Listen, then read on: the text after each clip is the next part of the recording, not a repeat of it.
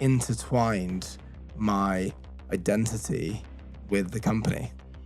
I found the first few years particularly difficult. I really just couldn't see the wood for the trees. It wasn't exciting. If we didn't make a success of this, my life would be over type mentality. Just so toxic. Like, what on earth was I thinking? And all I was thinking about was from bottle designs to how we can scale this and how we can actually make an impact that's going to mean something, because the problem is so big. By summer 2022, I just total burnout, completely hit the wall. And at that point, I got a therapist. That was a game changer. Looking at things differently. Like Megs, what? How can I say this?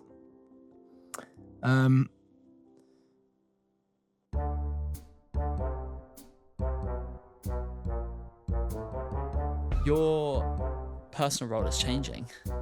You're handing over CEO title to Nick. How did that come about? Yeah, that's right. I think it came about sort of over time and probably quite naturally. I think we as co-founders kind of complement each other in terms of our skill set, and we've often sort of said that we're a bit yin yang, and I think he really excels in decision making, quick decision making, and really has an amazing kind of ability to lead the team. And I'm like a perfectionist, so I want everything to be perfect, and sometimes we just need to move quickly. So I think he naturally he became very good at that role, and we were co-CEOs for I think 4 years. It really worked really hard at that, and I think we actually did quite a good job, because I've heard typically it can be a bit of a nightmare. But the reality is, you have to be aligned all the time, and yeah, it's just exhausting. And then often you kick decisions onto the other person, so you're kind of kicking the can down the road. And I think this has just allowed for more clarity of direction with the team, faster decision making. Might not all be perfect, but if we get 80% right quicker, that's great. So that has led me to actually kind of step out of that CEO role with Nick, and I'm now doing other stuff. What other things are you doing now? I think I'm kind of leaning into maybe my skill set a little bit, and also what I really love to and enjoy doing. So I love to kind of really sort of shout the mission from the rooftops and evangelize, the brand, the company, and everything that we're doing. So doing that a lot within public relations, speaking opportunities, stuff like this, which is great to be here. Through to supporting on kind of big partnerships and stuff like that, and kind of advising the team on innovation, brand, and on impact. So yeah, loads going on. But yeah, I've taken up more of an external role now, so I'm kind of trying to amplify the company on the outside. You have taken my dream step in a company. I think I would absolutely love to do all the things that you're doing, hence why the podcast is here. It's exciting. I mean, it's kind of, it's hard to let go when you're so, 6-7 years, you've been glued to everything. So, that can be quite hard to kind of let go of that. But no, it's I'm really excited about it. Nick is doing an incredible job as CEO. So, it's kind of about supporting him and supporting the company as much as possible to accelerate our mission. You said that for that sentence a couple of times. I actually haven't. To accelerate our mission. To accelerate the mission.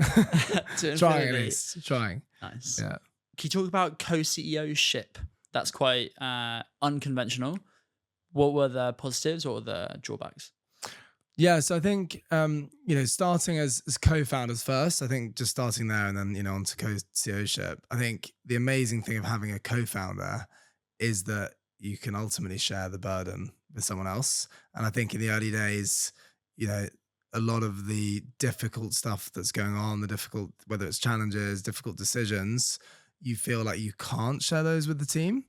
And I think that's because, you have to exert a level of confidence. So actually being able to share that together, I think was probably super valuable. And then, we were kind of just two strong co-founders at that time together. So became co-CEOs.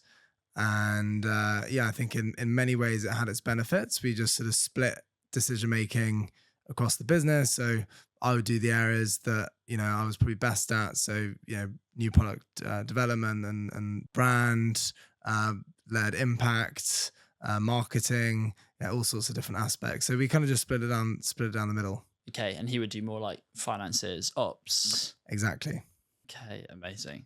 So talk about how you and Nick met, and also like how long did you take before knowing you were good to go as co-founders? Yeah. So funny enough, Nick and I actually met at our first day at London Business School. So we're studying a master in management, and they actually put us in lecture seats next to each other in the first lecture, which was pretty random.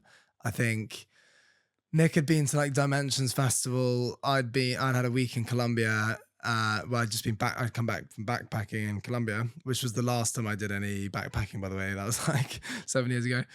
And I think we hardly spoke probably for the first week because we were just so knackered from our respective trips. But then, since then we got chatting a lot. And I'd kind of come to London Business School wanting to start my own company, wanting to do something within environmental impact. I was pretty sure that it would be ocean plastic related. I'd spent a year working at sea before that. So that's like a deckhand, like below deck type vibes. And he similarly also wanted to kind of lean into the entrepreneurial journey.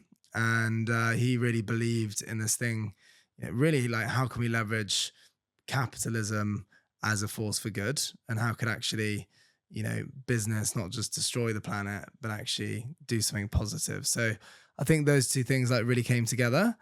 And it was soon after that I came up with the idea for Ocean Bottle and the cafe at London Business School. And spoke to him about it. He said, hell yeah, let's do it. So it was just the fact that you guys were good mates, and then you got excited by this idea. You guys were both working in similar spaces, and then jumped into bed, married for 7 years now. Yeah, pretty much. So I dove into it sort of head first, and I was kind of hell bent that like this was going to happen. And then actually we were lucky to recruit 2 other people on the MBA course. So Michelle and Mauricio, who kind of joined us in like a early founding team at London Business School. So they then had a whole year to actually like work on the business plan and everything to kind of get it initially off the ground. And then it was probably a year after that we then went full in launch. Nick quit his job in VC and joined full time. And then we were like, let's go. Wow. Okay. And then since then raised 3-4 rounds of funding. Yeah, unfortunately. I mean, we wish we hadn't had to do any of them. Would have been amazing. No, we've done probably 4 rounds of funding. So we did a pre-seed accelerator in Oslo in Norway. So we actually moved out there as co-founders. So my family live in Oslo. Yeah. So we actually just lived in the basement at home in the deepest, darkest depths of winter. Nick was like, what the hell are we doing here? That's brutal. Because Norway's really dark as well in winter, isn't it? Yeah, it was so dark. Like you go to the office, effectively pitch black. You're leaving, it's pitch black. It's sort of like a sort of insomnia trip. It's pretty wild. But yes, we did that. That was like a 3-month course. Just to make starting a company a little bit easier. Just why? Yeah, just a little bit. To be honest, you don't want to be outside anyway. So you're better off just hunking down, just smashing emails. Really yeah, exactly. And then we did a few fundraising rounds since then. And we're lucky to have great investors actually who really support us, the business, and they're amazing to work with. But circling back to your relationship with Nick, it's, as I mentioned, a marriage, right? You've been together for 7 years, and co-founder breakups usually are the biggest cause of startups failing. And so I know you guys have been proactive with how you've invested in your relationship. I know you've worked with Sam, who's also been on the podcast. Shout out to Sam. Events and processes.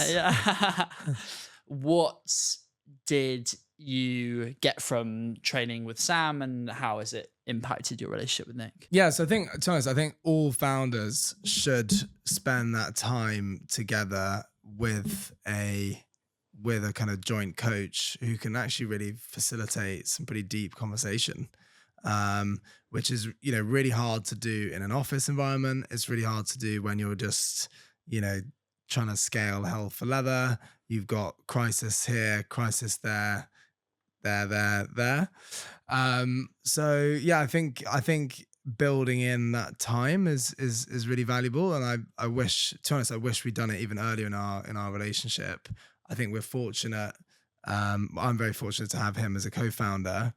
And I think, we've managed to work through challenges previously.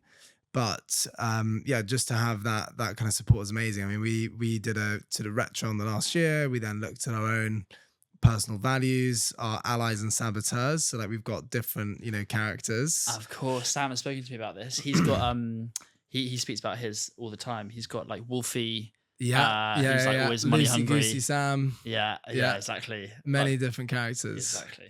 Can you share some of yours? Yeah, so mine are, my saboteur is Gollum. He's sort of down there, precious. Sort of says, yeah, this isn't good enough. Like you can do better. Like constantly pushing. Like what are people going to think of this? Filthy hobbitses. Exactly all that. Yeah. So that's good. I have got quite a few other ones as well. So yeah, Richard Branson's in there. He's an ally. So like I was about to say, but like an early inspiration for me. And we actually did our first ever pitch was at the startup competition with a paper mache ocean bottle, and I actually thought we might win, which was like the dumbest idea thought ever, because we were never going to win with a paper mache bottle. But yeah, that sits deep within the journey for sure. So but that's an amazing exercise, and you then look at like where they support each other, the characters, where they have conflict. So it allows you to really like frame the different discussions that you have. And then, yeah, it was amazing. Five-step plan, going forwards, all great stuff. Do you mind sharing what your 5-step plan is? If I can remember it. I mean, it was only yesterday that I wrote it. So I should hope I can remember it. But yeah, I'm looking to work on some kind of really impactful projects for the business that could sort of, hopefully have a big impact that kind of the business itself probably couldn't do, but I could potentially do them. And then, beyond that. That's very confusing. What does that mean? So, no, like writing a book, for example. Got you. Doing a podcast series. Got you. Or setting up a community for like impactful B Corps, which we're doing. Let's chat. Let's chat about that. Yeah. And, or like Billionaire Bottle Club, which is, let's get billionaires to fund collection of 1 billion bottles each. So these kinds of basically moonshot harebrained ideas. That last one is wicked. Oh, do you think it's good? I think that's cool. We'll hopefully we'll give it a spin. Okay, yeah. Great. I'd love to help creating the content for it. Let's do some wild outreach. Yeah. Write some letters. Definitely. And then we also sort of worked on our own personal plans as well. What we'd like to do. For me, I would love to circumnavigate the world in the next 5 years on a boat. So it's kind of like how does that fit into the the mission, the business, and everything. So it's cool to be able to like really talk through those things and see if there's a way that you can make it work. Wow. Very few founders give themselves the permission to take a proper break, which I think is so crucial. I think it's one of the biggest reasons that it's a journey that people often can't do for too long or can't go at it again and again and again, because we give ourselves such an intense time. But I know you're about to get married, and then you've got your honeymoon, which you're extending as like a sort of mini sabbatical as well. And then you and Nick are also planning to have like one for him too. And then you've got this amazing trip planned at some point in the future. It sounds like you're crafting the business to work around your lifestyle rather than the other way around. At the same time, you've made a massive business and it's making a huge impact in the world. And also the happier you are, probably the more you contribute to the business. So I love that you're prioritizing this. What else has like gone through your mind when battling between like, oh, I really need to be in the business, but then actually like, I really want to go and circumnavigate the world? Yes, I think it's always been company first in those, ultimately in those decisions, but also if we're not like thriving in our roles and how we are on like the burnout scale or whatever, we're not operating at our like maximum.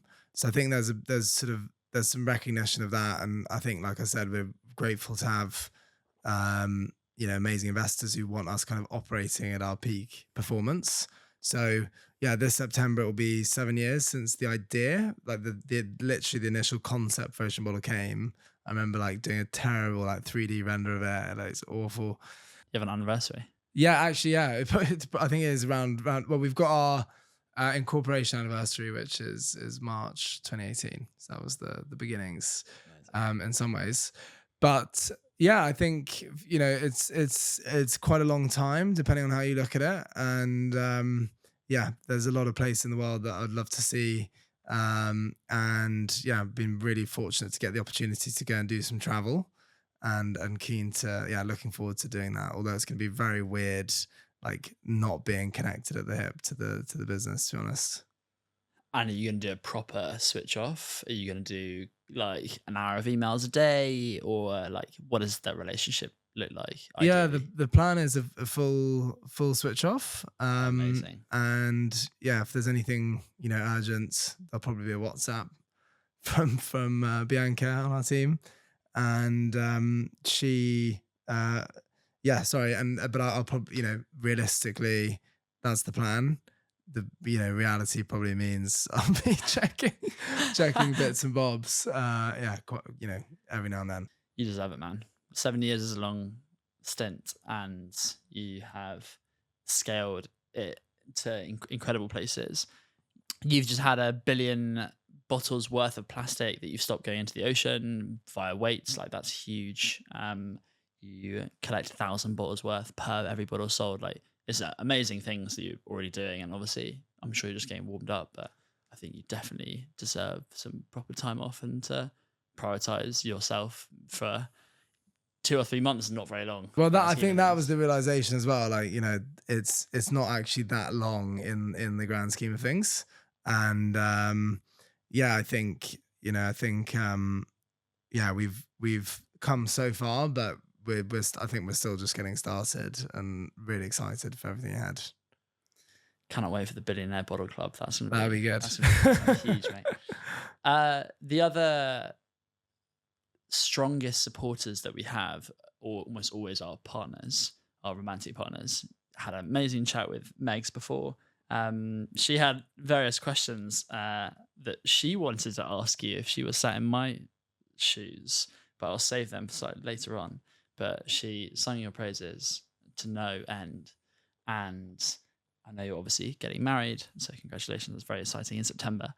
So are you soon? So am I. Yeah? Well, not for like 3-4 years, but yeah, engaged. We're on the same. We're on the same. Amazing. Path. And prioritizing time with her for this like 2-3 months, I think makes so much sense. But I'd love to understand what are the ways that you've really felt her support throughout the journey, because it is very intense. Yeah, she's been amazing, and thank you for, lovely to hear that, and cool that you spoke to her. I mean, I think you could either say Nick is my second wife, and she's my actual one, or it's the other way around. Let's hope it's that way. But we'll go with that story for now. Yeah, but no, she's been amazing, and has honestly made the whole journey like worthwhile. I think in a lot of ways, like serve friends, serve family, serve, a lot of other things. But I think she has been there almost from the start. So we met on a rooftop at like 8 o'clock in the morning, and I was basically on the phone to the factory saying, where are our bottles? So this was like the first ever production run of Ocean Bottles. It was a nightmare. Like, everything was going completely wrong, as you can imagine. Can you talk me through it? What, the first production run? Yeah, the nightmare.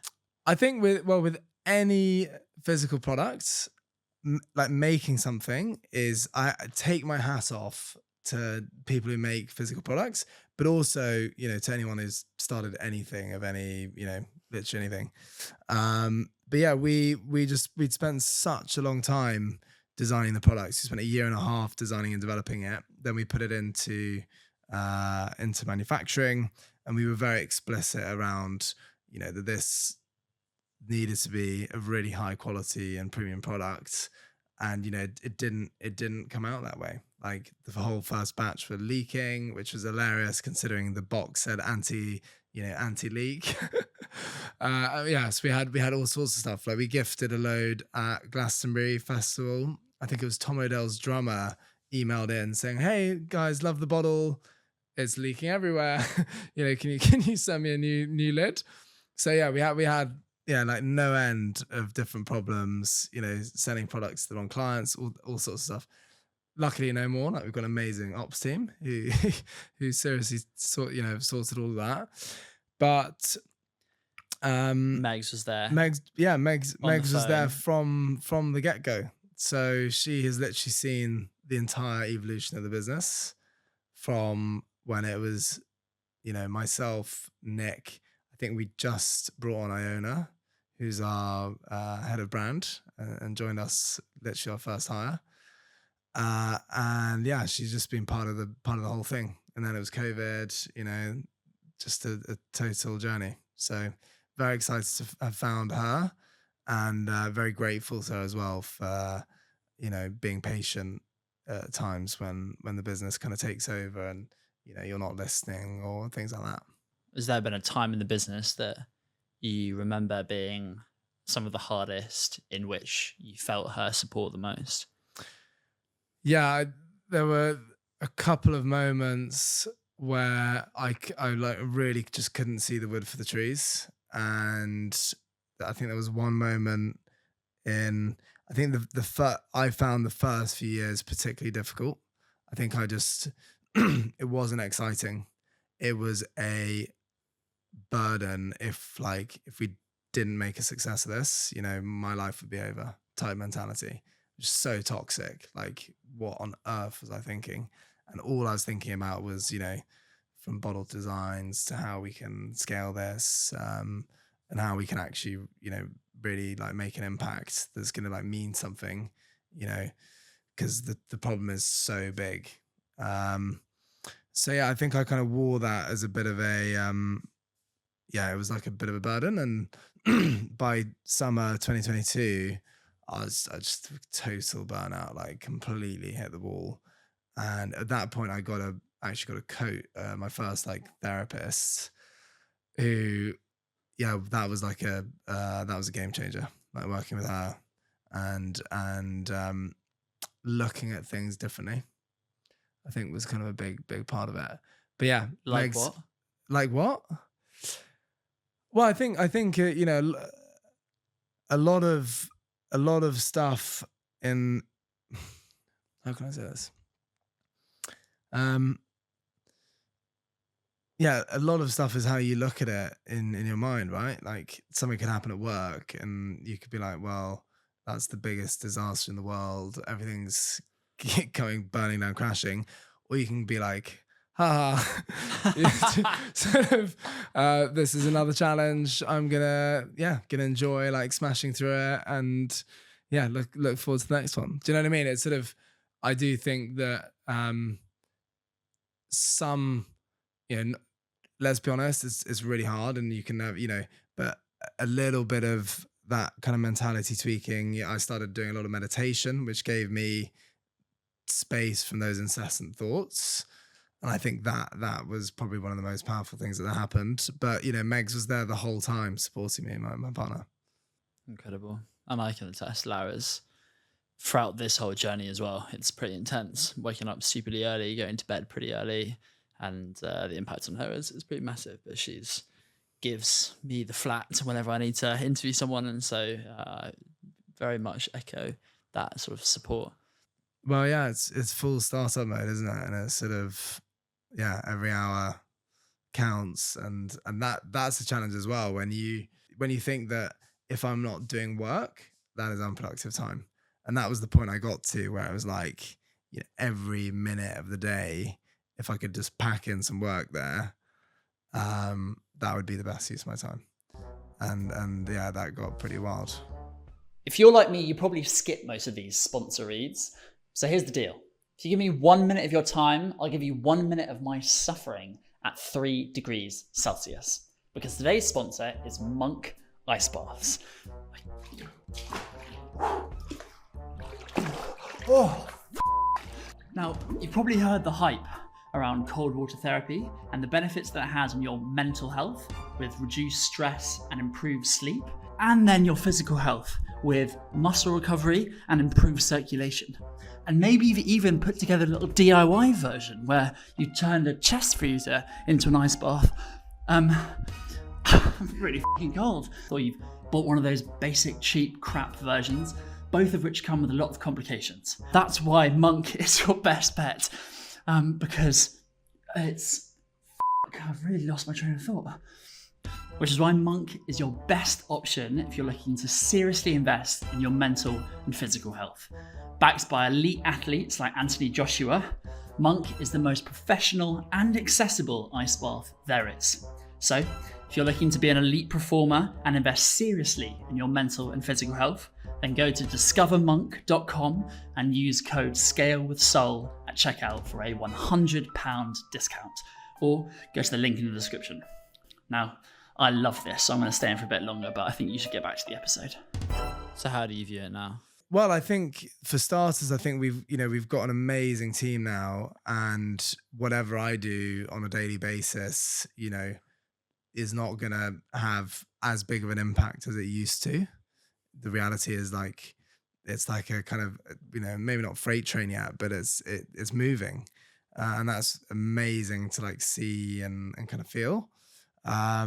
But yeah, I think, there's also other priorities in life. And I think if you value the other priorities, then, you're going to be operating better and you can do better for the business anyway. So hard to see that though, when you're in startup mode.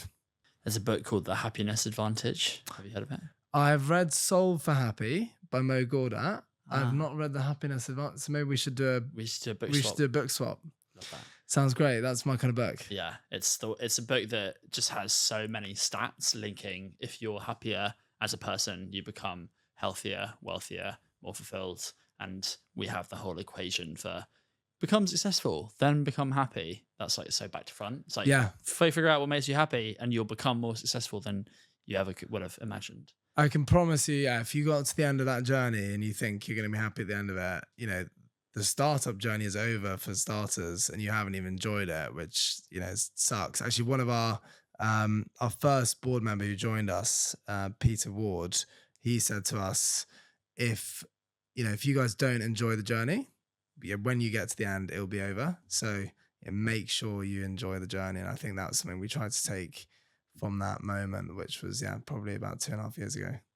Sorry, I've just thrown you off there. No, you haven't at all. I'm trying to link it to this idea of it feels like you're quite egoless in this. It's very easy to get caught up in the hype. You got Forbes 30 under 30. You've been featured in countless sort of newspapers. You've been in Times Square ads, TV ads. And you've built when you're turning over $1 million in revenue after a year. Yeah, but then it all came crashing down because of COVID, so short-lived. And I didn't have my face on it in Times Square either. Luckily not. But how do you stay down to earth and keep perspective when the rocket ship is taking off and you're kind of figuring out what your place in it is? Yeah, well, I think it's all relative, and I think that it's probably changed quite a lot over time. I try and surround myself with people who are quite grounded, and where things like that just don't really matter. They're kind of inconsequential, and that's really great because then you're less likely to kind of get swept up in that fugazi. The sort of exactly fugazi. So that has been mega helpful. So say Megan is really grounded, and she does wonders, I think, in terms of that. But then also, I think both Nick and I have tried to really put our egos to one side, kind of just focus on the business. At the beginning, in the early stage, you have quite a clear idea on what you want and what you're trying to drive towards. But then I think you just have to kind of let that all go a little bit. In what spheres? Do you mean like in terms of what you want for the business, from the business? What do you mean specifically? Yeah, I think when I started, I had really really high ambitions for like myself, what we were going to achieve, and I think I have tried to, you know, I still have the same ambitions for the company, but I care less about myself in that, if that makes sense. Definitely. You don't need to be like the CEO IPOing, No, like actually ringing the bell. sounds horrible. And it's amazing that you're sort of shifting your role to basically just incorporate all the stuff that you love. Sounds like every founder's dream. And you're doing it like relatively early. You guys Series A, 50 people. That's like really, you're setting a really strong standard. Thank you. It's the company that I want to be building. I feel like people, when starting out, assume that the first thing is going to be the thing forever. It's like Steve Jobs, Apple, Mark Zuckerberg, Facebook. But actually, I think most founders are either the big thing is like the second, third, or fourth thing, or it's just you have 7 or 8 things that you've started and some of them are still running. And that's sort of how the entrepreneurial career goes. 100%.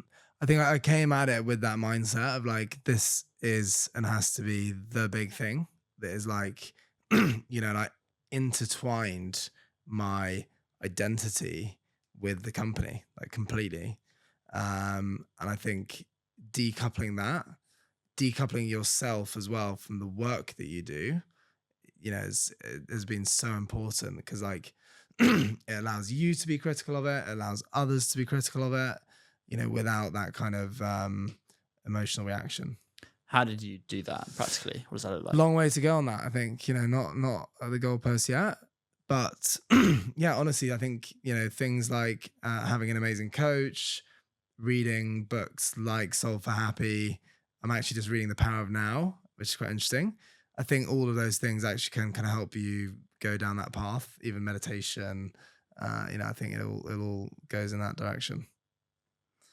Speaking of the sort of identity and emotions with the journey, Megs said one of her questions was, is there anything you're insecure about? Because you seem so confident all the time. That was one of the things that she admired in you. And so, Really? is there anything that you feel like you're actually not too confident about? Yeah, I think you put up a post this morning actually, which was about insecurity becoming confidence. And at the start of Ocean Bottle, there was a lot of insecurity. I wanted to kind of like prove myself, and yeah, I think over time that has maybe become a little bit more confident. But yeah, there's a lot of things I'm still probably insecure about that kind of scratch around. Do you want me pushing you on it? Anything you'd be open to sharing? Well, I've always cared about what other people think, and I think that is that is probably like a driver to do stuff that people rate or they think is cool. So I think that has definitely been there. I think it's probably less there now. I'm probably more happy to like not go to something or just hang out with some of my grounded mates. Love that. Thanks for sharing. You mentioned before when we were chatting that first Founders Retreat was pretty impactful for you. I remember you rocked up super late, and actually so late that I was in bed and therefore couldn't show you to your room at this like weekend long retreat with 50 entrepreneurs. And you rocked up at like 11 p.m. But luckily you got like gathered into the crowd, like got given a drink and then figured out somewhere to sleep. But why was that weekend impactful for you? Well, I think you'd already gone to bed, hadn't you? You were like, I think you were so knackered from the first day, and I did want to be there earlier. I think we had a board meeting or something, some lame excuse. Classic. It's the typical lame excuse. And yeah, I haven't even managed to get like a fancy dress outfit as well. So I remember I brought like a roll of tinfoil. Tinfoil. Yeah, exactly. So that was the alien theme team. I seem to remember. But yeah, no, I mean that experience was quite sort of almost transformational, I think, for me, because basically Nick and I had kind of been founders together, and we hadn't really interacted like that much with other founders. I think just we were so focused on what we were building. There wasn't really any time or like headspace to do that. So yeah, coming to the first founders retreat was amazing, because like for the first time I felt that I like found my tribe, and doing this crazy startup thing is normal to these people. And also the like all the challenges. The amazing thing there is like you meet people who either have already been through what you're going to go through, or you meet people who are about to go through what you've been through. And that is amazing. That kind of knowledge sharing, across that, I think is so valuable and just fun. Like founders are, no ideas are big enough. And it's a pretty unhinged place. So it's epic. I have to chat with the founders PR team. Yeah. Unhinged. It's sensational. And also, well, you were DJing there as well. I mean, that, you have to call that. I suppose unhinged probably is the right word then. It's such a lonely job, and there are so few people that you can lean on and go to who care, understand, and can empathize. So I completely, obviously, agree with the power of it. Off the back of it, did Pete Ward come into on the board since you were in Founders? Did you meet him? So he joined first. He was the one that kind of opened up the gateway to both ICE and Founders, and taught us an awful lot about really the kind of founder journey, and what's important, how to navigate certain things. Like really has been invaluable. Any lesson that stands out from him? I mean, a lot of people have said prioritization, is number one. And I never believed it, because I was like a kind of like everywhere, everything kind of guy. But the reality is, there's a lot of stuff that if we said no to that and like refocused our energy, we could have probably gone further in that time. But maybe the other thing was fun, and it was worth the enjoyment. But yeah, and I think some of the other things he really taught us was like how to navigate the board, investors, the fact that they are your partners, not like a threat, if that makes sense. They're there to like help build the value of the company with you. So yeah, loads of different amazing things. I think basically finding people like that who have genuine experience and can help with those things, I think is super valuable. And probably, if they've been, he called it like a spiral of doom, but he had a rough time with his company. And I think if you've had that kind of experience, that's great knowledge to be able to share as well. That perspective is invaluable, isn't it? Totally, yeah, totally. And they're sort of the people that you call when the shit's hitting the fan, or like it's late at night and like you just don't know what to do and you're freaking out. Those are the sorts of people that can really like be like, it's okay. I get it's okay. It's actually going to be fine. This is actually quite normal. Yeah. Do you know what I mean? You've only had this once this week. Yeah, exactly. It's exactly that. You're also running like such an incredible business, because you've baked in so many unique parts into the business model and structure. You obviously are giving back 15 to 20% of revenue to charitable, not just ocean bottle collection, but to plastic collection projects. Exactly. And then also I read somewhere that you're striving to have this sort of larger impact in terms of behavior change. So you want people to live more sustainable lifestyles. Changing people's behaviors is generally really challenging. People don't change that often. Building a new habit for someone is really tough, especially one that sticks for a lifetime. How are you thinking about this? Like, what do you think is going to be impactful with actually encouraging serious behavior change? Really, we started the company. The main kind of the core idea with the company was really to enable individuals to make a global impact on the ocean plastic crisis. Like when we started out, I think we just saw that people wanted to do something about the problem, but it was too expensive, too difficult, too inconvenient, or they felt that just what they were doing wasn't actually making a difference. So for us, it was really all about enabling individuals to actually make that difference. So that was why we decided every product would fund collection of 1,000 plastic bottles and weights, and that we would fund plastic collection projects all around the world in areas that are basically worst affected by plastic pollution.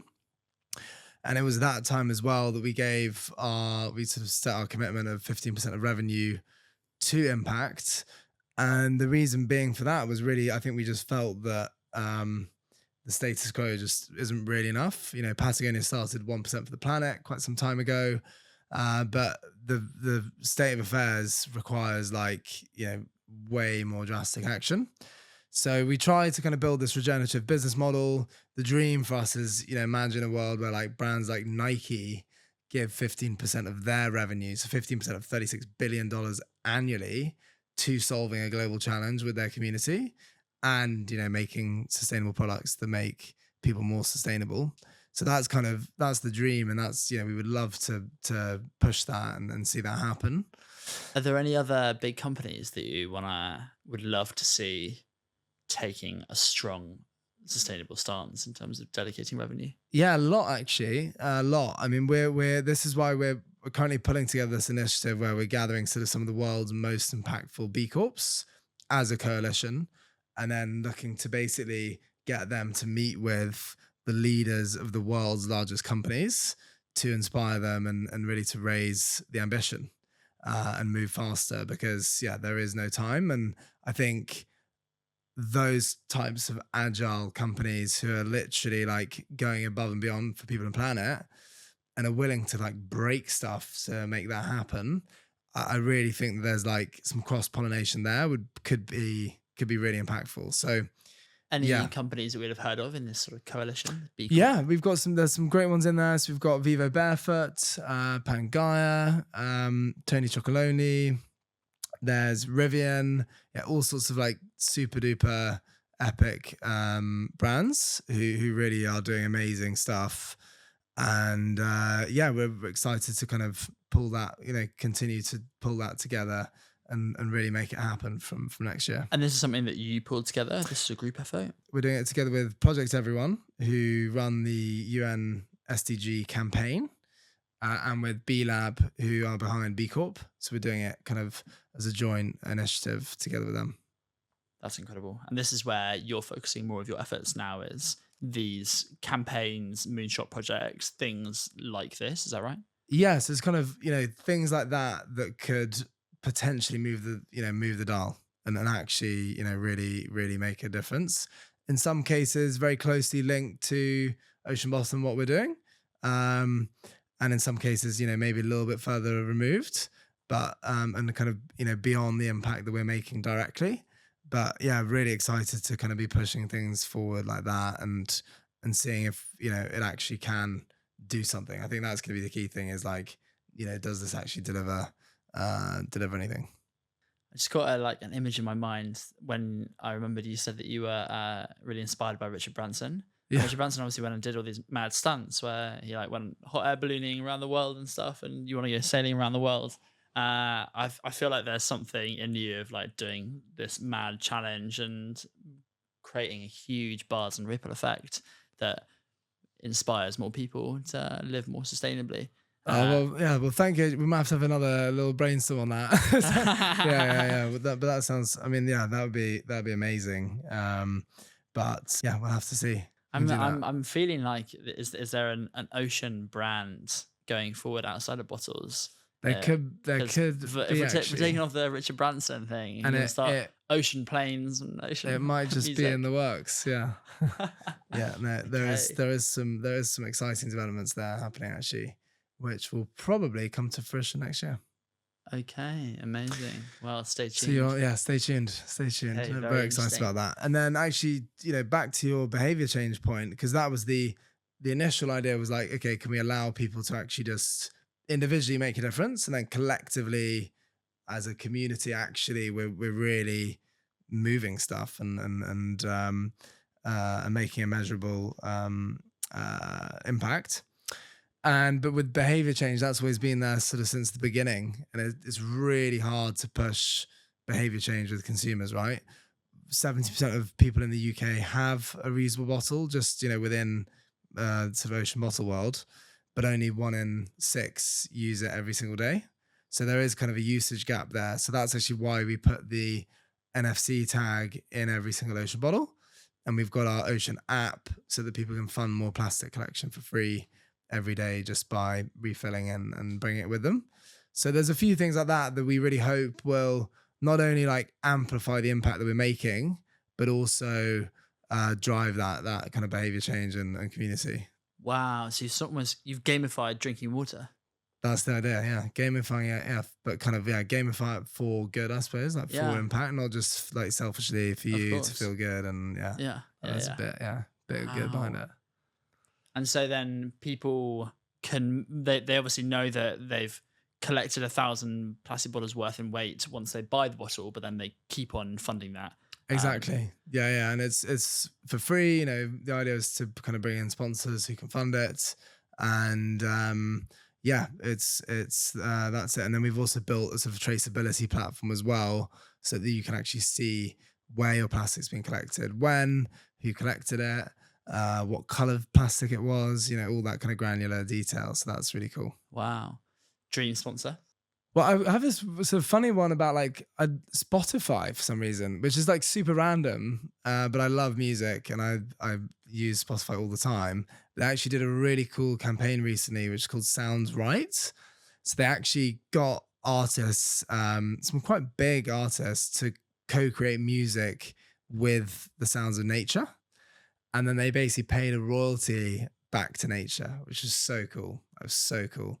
So I'd love to see them do that, for the ocean. I mean, it's the world's largest ecosystem. I could talk to you for an hour about like the importance of the ocean, but yeah, that'd be pretty cool. But I mean, there's loads of ones that'd be cool.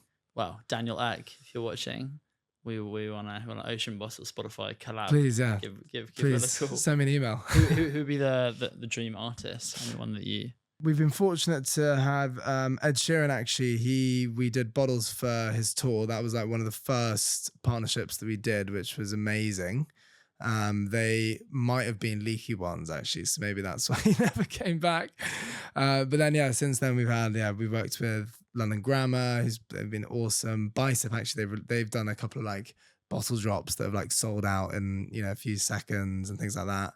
As you do a collab with them, that you have a like specific design for Bicep London. Yeah, the sort of the product is like a blank canvas for co-branding design. I call it like an in-hand advertising billboard as well. So any brand or artist or whatever can pretty much do whatever they like with that, which is exciting.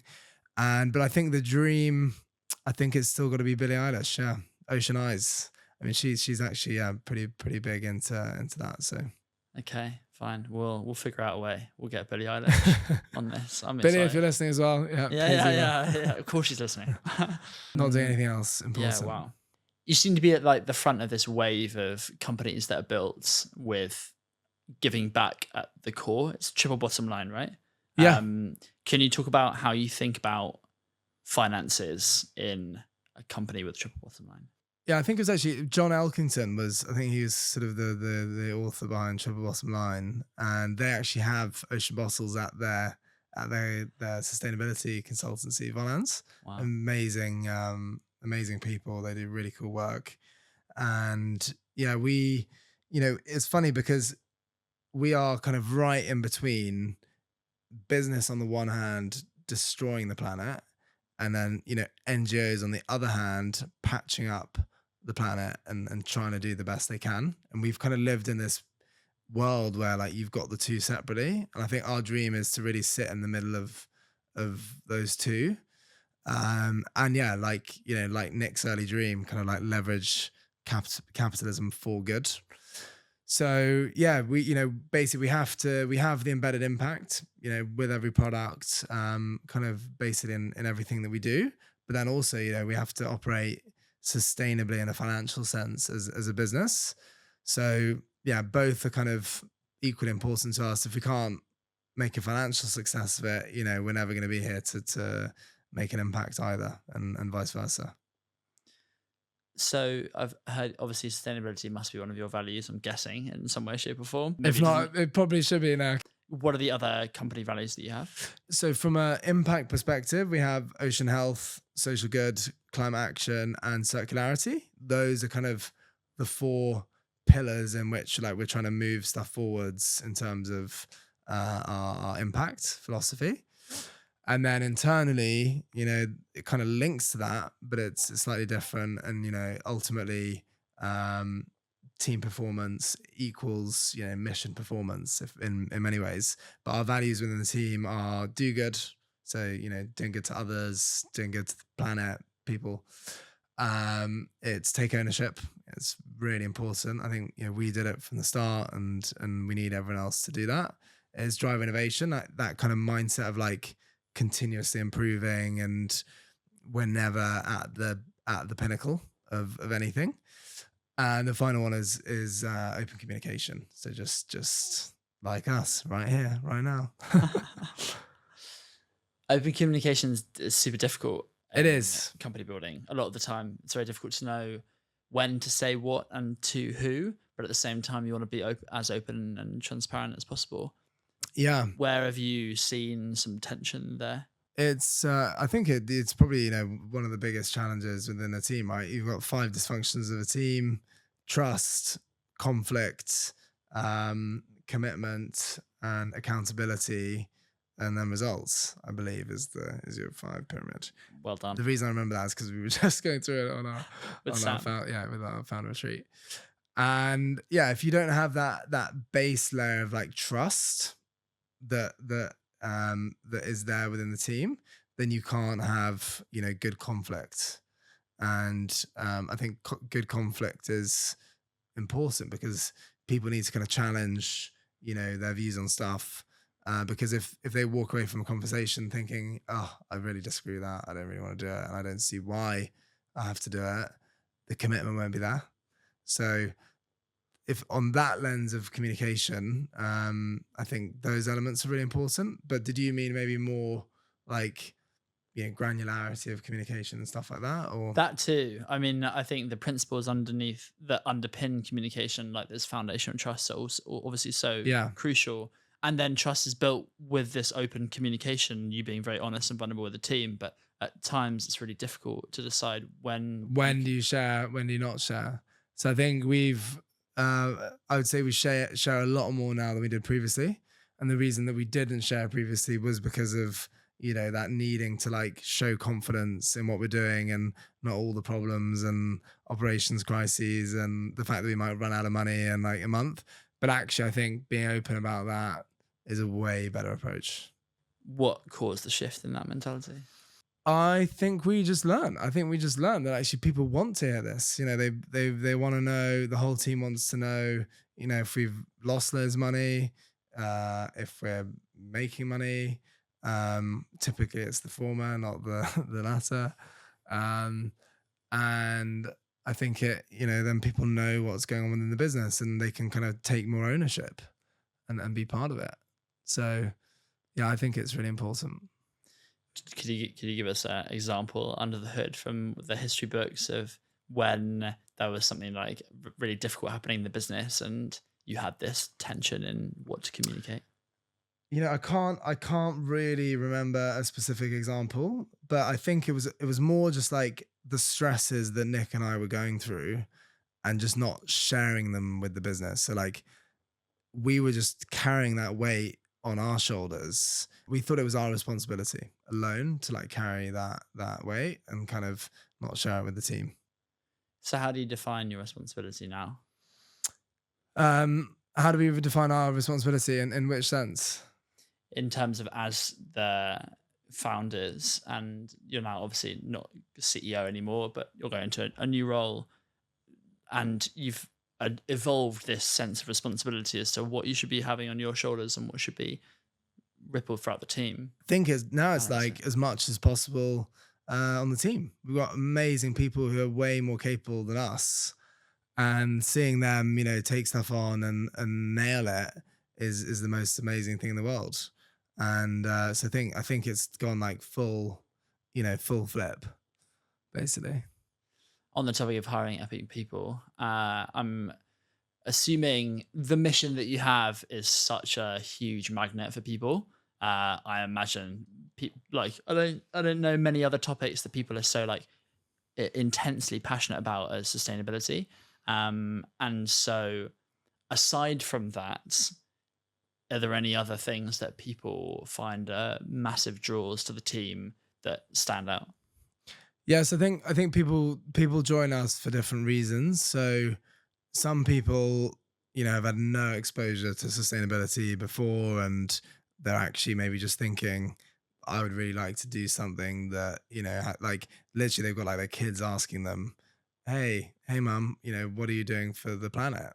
And they're like, well, I don't really have an answer to that. So, for them, it's kind of a leap into actually doing something. And yeah, and that's super exciting. But they might bring with them, some amazing different skill sets that if we only hired people in the sustainability bubble, they might not have. And then we've got people who are, they're surfers, they're really into kind of ocean already.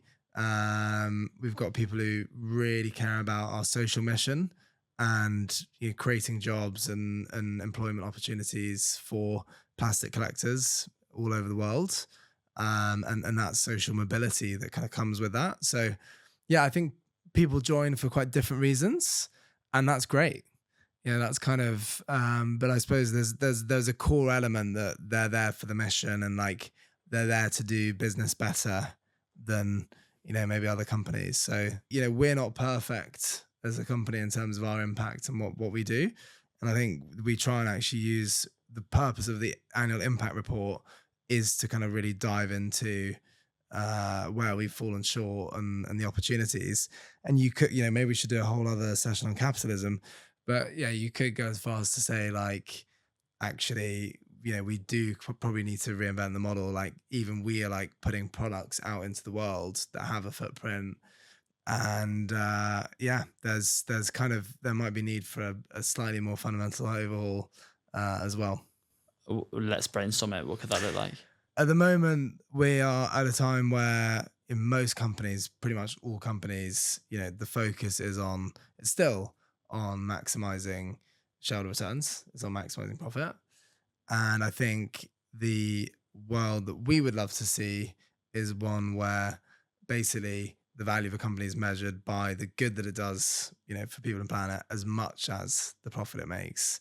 And then we'd start to see quite a fundamental shift.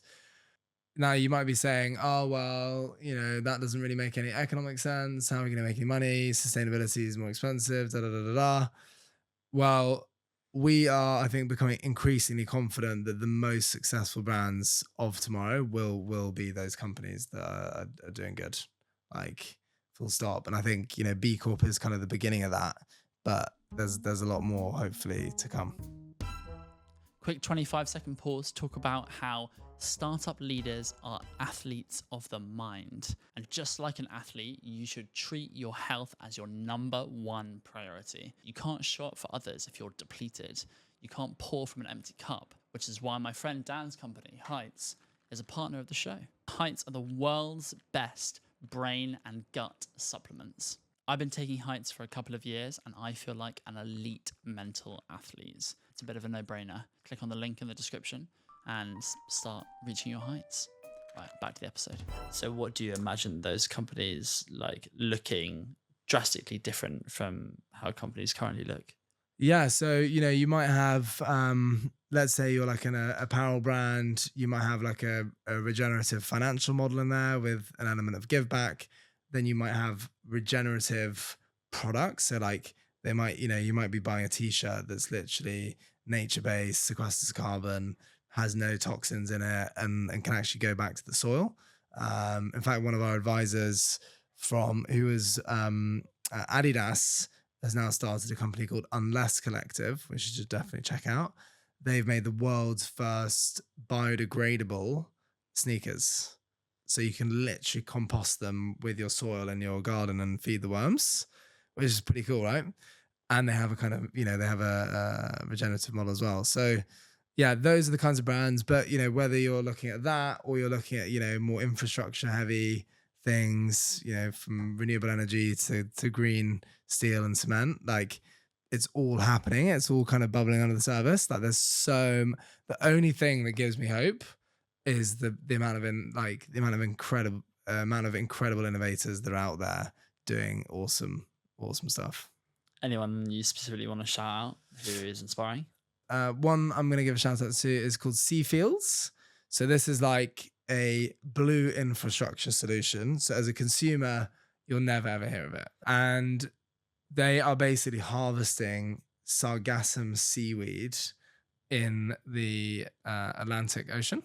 So because of climate change, we've got like massive blooms of sargassum seaweed. Now, if they're able to harvest this seaweed, they can not only create like things like biofertilizer with it, they can create biofuels, also like bioplastics, even like biodegradable plastics, all sorts of amazing stuff. The seaweed is like a wonder material, by the way. It's like incredible. But they can also then actually sequester that carbon. So they can literally lock that into the seabed by sinking the seaweed in bales. So they've estimated that their like drawdown potential is a gigaton of CO2 per year. Global annual emissions are 50 gigatons. So, like huge potential impact from like one innovation. It's actually just horrifying, isn't it? Like 50 gigatons of a year is annual emissions. It's just horrifying, to be honest. But that is one solution. There are so many out there. Yeah, from rock star brands to the infrastructure players, like there's loads.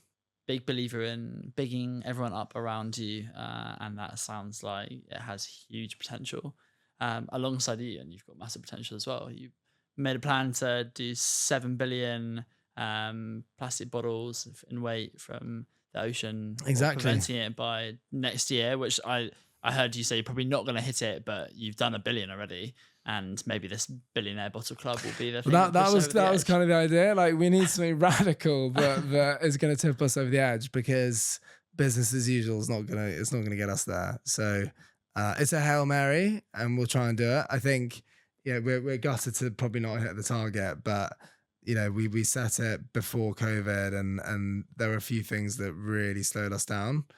So I'm confident that we will hit it. I think it's just a question of when. And the reason why it's equivalent to the weight of the Great Pacific Garbage Patch. That's the largest accumulation of plastic in the ocean. But even when we hit that, we've got a long road ahead. Just getting warmed up. Well, Trying to. Thank you so much. The last question is, I'm building a ritual of the guests who are kind enough to come on the show and share experiences can get supported outside of the episode.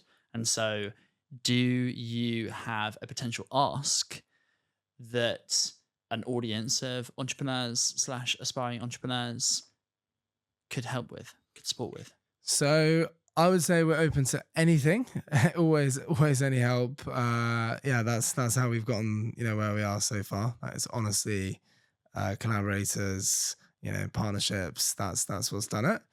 But I would say, if you know any big US retailers in particular, then definitely let us know, because we're expanding into the US. That's a sort of big move for us. Like Walmart, your targets. We're actually hopefully launching in a couple of big ones already, but it's so massive over there, and kind of getting products into the hands of people and visible is really important. But yeah, other than that, we're always looking for partnerships with big employers, with the travel industry. So many people are going on holiday to the ocean to enjoy it. Like, let's let them protect it. And finally, with kind of, beverage and retail companies. So yeah, there's loads of different ways to help us and also just get involved. Like, to be honest, if you just tell someone about us, that'd be awesome. And then any billionaires. Actually billionaires, that should be the ask, actually. Yeah. Actually, just a few billionaires. I forgot about billionaires. If someone could just send me 6 billionaires who want to do 1 billion bottles each, that'd be perfect. How much is it actually going to cost them to do 1 billion bottles each? I think it'd probably be about just under 10 million. Yeah, probably less than 10 million. Fine. Okay. So we're looking for 10 mil donations. Yeah. Easy. Easy. It should be pretty low key. You have some emails in your inbox on Monday. Yeah, hopefully. Mate, thank you so much. This has been epic. I really appreciate it. Thank you for having me on. It's been awesome fun and great questions. So thank you.